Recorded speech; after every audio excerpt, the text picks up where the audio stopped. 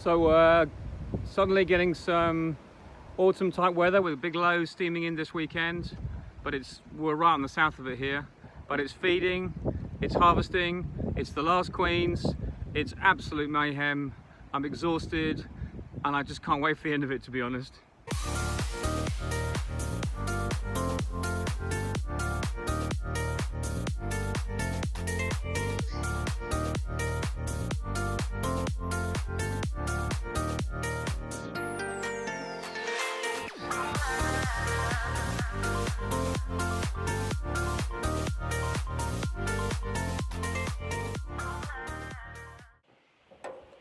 So what have I been doing in the last week, 10 days? Well, we're at the end of the nectar flow, as I mentioned in my previous video. The wasps have now taken a foothold. The Asian hornets at the moment is incredible. It's the lowest amount we've ever seen in the last 5-6 years. We have hardly any around anywhere. We don't know why. I've heard reports similar in other parts of Brittany. There's a very low amount around at the moment. So we don't know whether it's spring trapping, we don't know whether it's been a bad winter for them, but actually it wasn't a cold winter, so that usually was what we would say is the opposite. But who knows? So that's just to reflect on, and we'll probably get some more figures there as time goes on. The other things I'm doing now are, we are running another set of grafts. I'm grafting this afternoon, and I'll be grafting 4 times. Now, I've had some issues with my grafts not hatching. I've been running them in the cell builder and in the finishers as long as I can, removing them carefully to the house, literally on day 9 and day 10, and I'm getting quite a few that aren't hatching, and I don't know why. I personally think it's because I've got some kind of virus in the colony that was the starter colony. So I'm using a new starter this afternoon. I've sterilised everything, cleaned all my gear, and I'm using new genetics. I'm not going to use the same colonies I grafted from previously if that was the source of problem. If there was a problem, it might be bad luck. I'm still getting queens, I'm still using a few. All I'm doing now basically is doing like 25-30 more splits, and I'm just going down the line of these you can see behind, and I'm taking off the bottom boxes, taking them away with the queen in, and giving the new queens to the top boxes, which I'm harvesting now for a couple of reasons. One is because, well, it's not late. I'm actually earlier than I was this time last year, which is brilliant, and I've got the time to do that now. One of the reasons why is because my colleague who I share the workshop is, and he's got less bees than me now. He makes more nukes and stuff like that, so he has less honey to pull. But he's done his first, and now I've got the workshop to myself, so I can kind of take my time. And I'm going around putting these on, obviously the bee escapes on, as many as I can because he's finished with them.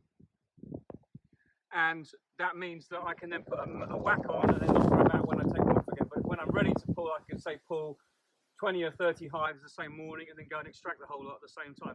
It's all about, excuse me, it's all about using what you have and using it in the best way that suits you. Obviously, I've got my kids off, and I've got that to kind of remember because they're obviously older now. But it's the problem we all face as we grow up is you're trying to fit everyone in and everyone's needs at a time of the year when really you don't need to do anything apart from your bees, because I want to get this honey off, I want to get the treatments in, I want to get the last queens through, the good queens through. We've literally got to get these through, and these queens I'm going to make today won't be ready till 11-12 days. They'll be hatching out, and then they've got a mate, and then we're nearly into the end of August, so it's running it really tight. But I'm going to make a few more nukes just to try and see how they do. I've got some great queens this year that I've made with the stock I've got, and I'm very pleased with the mating so far that I've had here, because I've augmented my drone population, and even the beekeeper up the road, who's a friend of mine, I've given him bees this year and last year. So I've given him queens this year and last year, so his bees are now turning into reasonable stock. So I'm kind of controlling the area, which is a great thing to be able to do. It might seem a lot of cost at the start, but when you see the results after, it certainly pays off. So that's what I'm doing, and now I'm going to talk a little bit about these bee escapes. So some of you guys have been asking me what I use in terms of bee escapes for my honey harvest. I've tried a few things, and before I became professional, or that thereabouts, I used to just use the bee brush. Okay, now this is a great tool, simple, effective. you have a spare super that's empty, you put it alongside, you take out each super, you brush your bees off, and then you put the super in your car and you go home. Now that's fine when you've got 2 or 3 or maybe 10 hives, but it's only when you get into the 30, 40, 50, 100, 200 number of hives that you realise that that just isn't possible. So I was fortunate enough to be introduced to these bee escapes that we use. These are the lozenge type on a normal standard crown board. So what happens is this bit goes up on top of the hive, okay, with your supers on top. And the bees then go around, they go through the middle, and they come out these 2 holes that are on the external part. And they will not see these 2 little holes at each end. So they generally don't get back up. If you leave these on for more than, say, 3 or 4 days, then you might start to see a few bees going back up here, back up to where the honey is. But overall, they will clear the colony down really quickly. So you come along 24 to 40 hours after, and you just literally lift off the supers. Now, I'm going to do a video in a minute of me putting on these excluders. We call them in France chasse à baies, means chasing the bees out, but in English we call them bee escapes. But I'm going to show a video of me doing this and going into an apiary, and I'll show you what it is in reality to put these on. They're an absolute pain in the ass. The reason being is when you've had your supers on your hives, you might not have checked them for 3 to 4 weeks. You might have actually not have removed that bottom queen excluder that's underneath all your supers.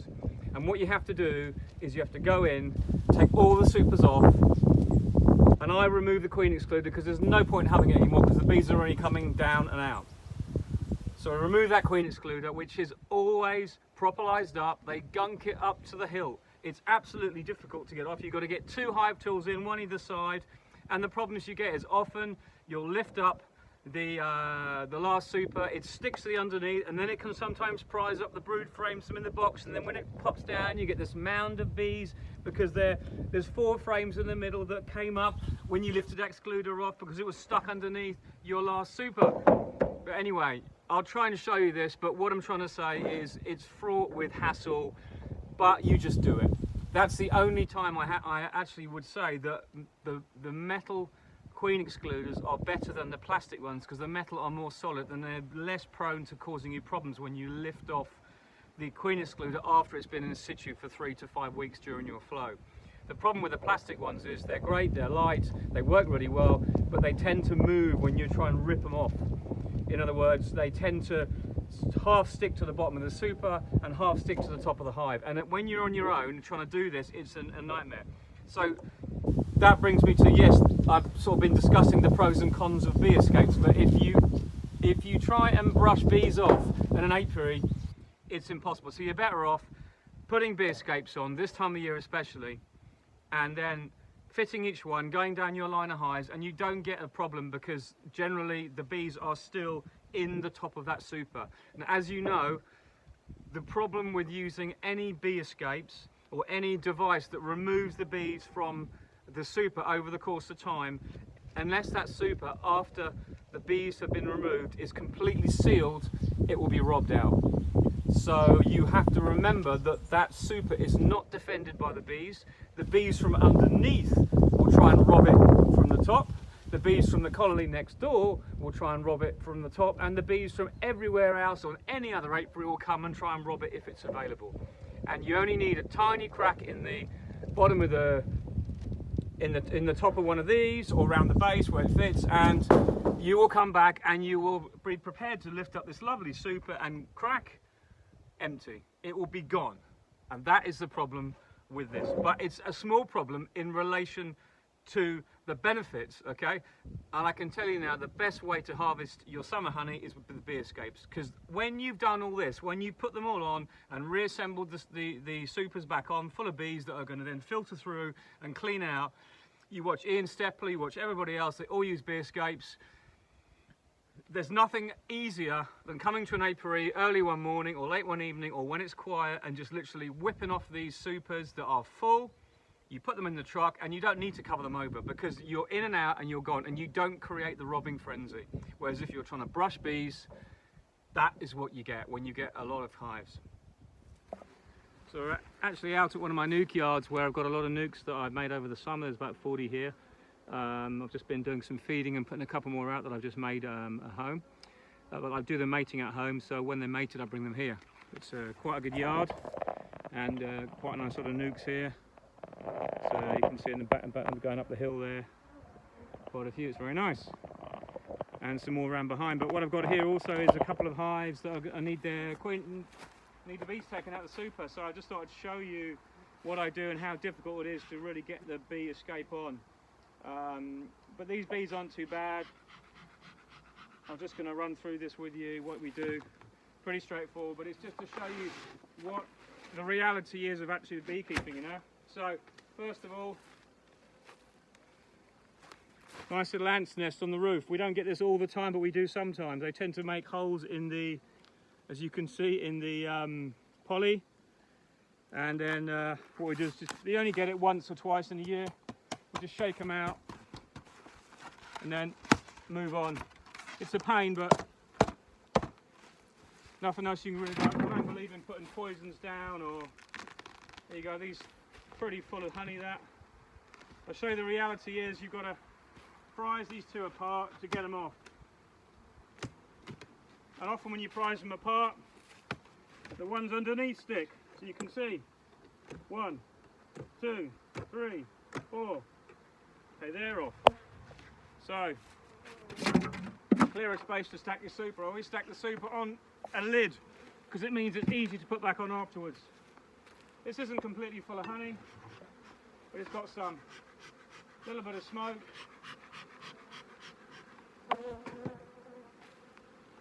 This is where the fun usually starts. This isn't too bad this time, it's come away cleanly. But often what happens is when you're lifting up the excluder, it'll lift up in the middle and bubble, and then as it lifts up it drags these frames underneath up, and then they get all staggered, and it's a nightmare to sort out. So basically the queen excluder is finished with now, so on goes my bee escape. Okay, there it is, it's on. Back on go the supers.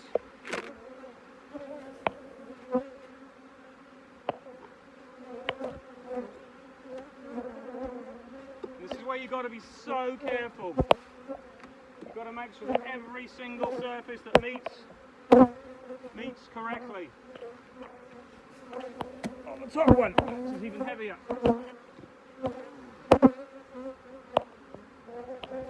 That's often what happens when you put on supers. You'll get the first one will get full. You'll see the second. You'll see that. Oh, better put a second one on. So I'm happy with that. There's a bit of a gap at the back. Just give it a wiggle. Make sure that it's sealed. Because if I come back and it's not sealed, the bees will empty the hive. This top super, sorry. The bees will just empty it out. Completely empty it. Check round the back. Exactly the same. It's all sealed. Okay, I'm happy with that.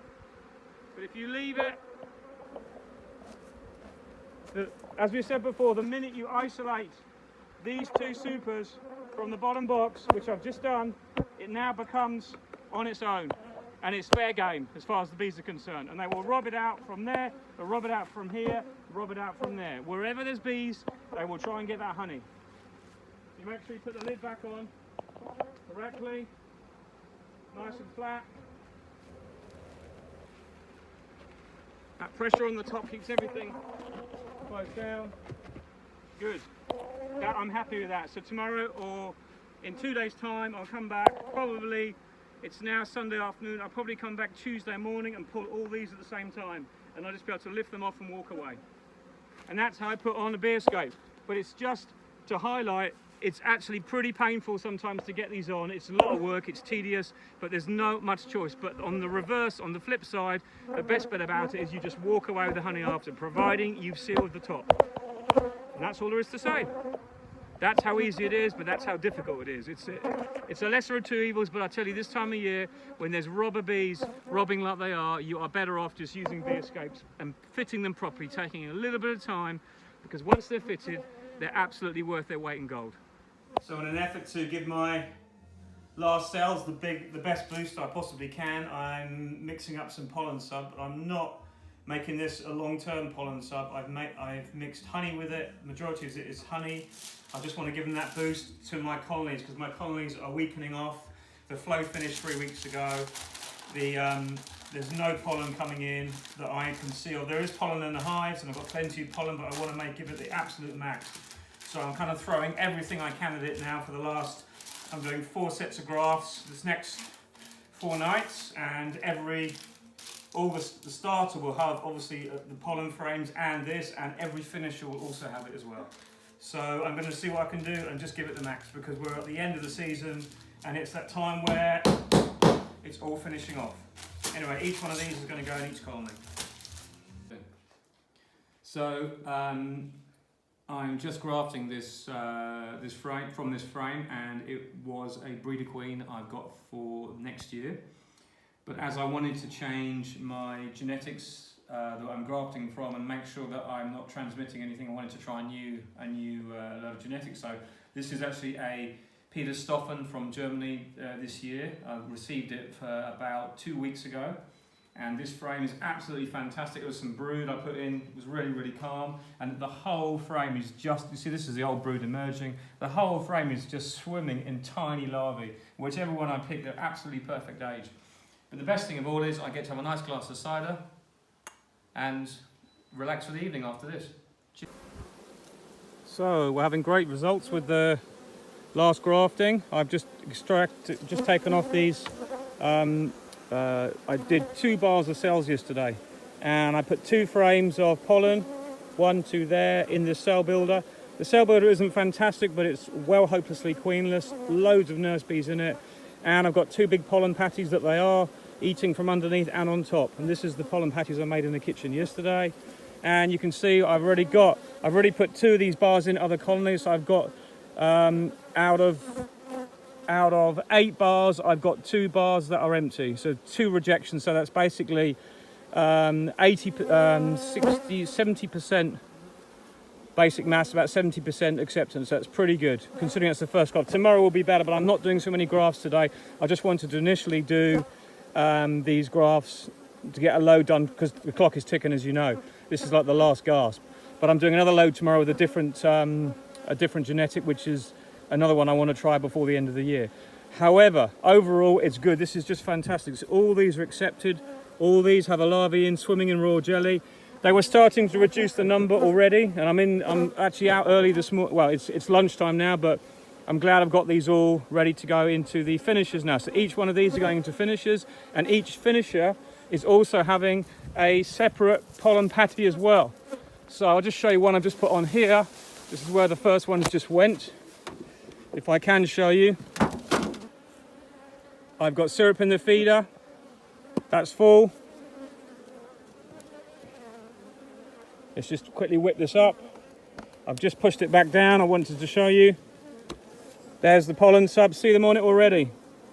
There's the cell bar with the grafts in. This is looking good. I love this. Look at them. Straight on it. That's what I want. Extra protein going in the colony at a time of a dearth. Now, that's really good, and I'm going to really be careful with these, and if I need to graft more, I will. But I'll look at the cells in 2 or 3 days. If they're all being drawn out, all looking great, I'll be delighted. This is just what we need at the last minute. So it's a nice, strong cell builder. I'll leave that hopelessly queenless for this afternoon. Getting the rest of these in straight away. Okay, they're in the sun, but it's actually not very strong. It's a bit cloudy, and these are getting straight into their own, into the individual builders with pollen patties on each one.